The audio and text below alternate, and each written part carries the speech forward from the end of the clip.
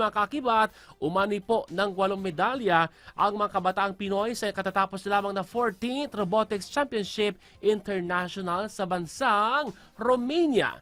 Nakuha po ng delegado ng Pilipinas ang dalawa sa pinakamataas na pwesto sa e-robot challenge na e-soccerbot at Super AI Tracker Advance. Nag-uwi rin po ang Team Pilipinas ng silver medal sa line follower junior category at bronze medal sa line follower junior, humanoid robot football at mega sumo.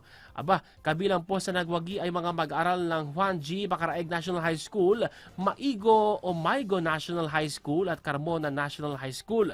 Bukod po sa kanilang galing naibida rin po sa European competition sa unang pagkakataon ang e-robot na disenyo at gawang Pinoy ng Aerobotica. Aba, syempre, congratulations, Team Pilipinas. Iba talagang Team Pilipinas.